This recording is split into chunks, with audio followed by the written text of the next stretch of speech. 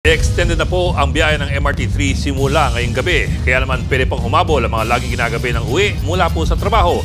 At live mula sa Shaw Boulevard Station sa Mandaluyong, nasa frontline na balitang yan si Brian Basa. Brian, mahaba pa ba ang pila dyan? Bok, maluwag na maluwag dito sa concourse ng Shaw Boulevard Station. Ang inaasahan nating hahabol sa last trip ng MRT3 rito ay yung mga panggabing empleyado pati yung mga mamimili mula sa mga konektadong mall sa Mandaluyong City. Madalas ginagabi ng uwi ang working mom na si Ruth mula sa kanyang trabaho bilang accounting staff. Para makauwi sa Commonwealth sa Quezon City, kinailangan niyang sumakay ng bus o motorcycle taxi. Pero nang mabalita ang na-extend ng 1 oras ang biyahe ng MRT, good news ito para sa kanya. Minsan kasi meron kaming mga meeting after work. So inaabot kami ng 11 o'clock. Marami pa rin pasahero po, ganong oras. Ang engineer na si Chorny, hapon natatapos ang trabaho. Pero iniiwasan niya ang rush hour para hindi makipagsiksikan sa mga pasahero.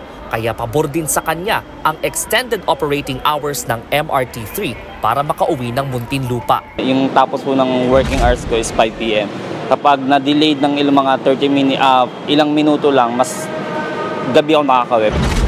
Ayon sa Transportation Department, gusto nilang maginhawahan sa biyahe kahit papaano ang mga late umuuwi. Kaya naman in-extend ng 1 oras ang last trip ng MRT3. Malaking bagay yan, lalo sa mga kababayan natin na ginagabi. Nagdagdag na rin ng additional train ang ating MRT3.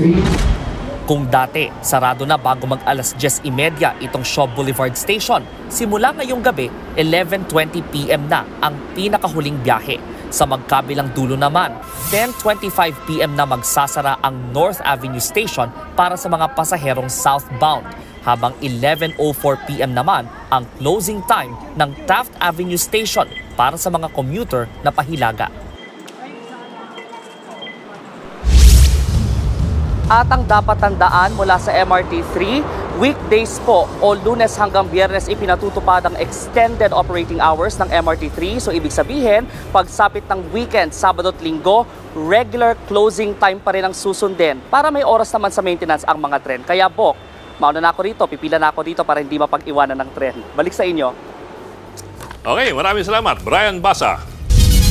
Mga kapatid, Ed Lingaw po, maging maalam at may pakialam sa mga napapanahong balita sa ating bansa.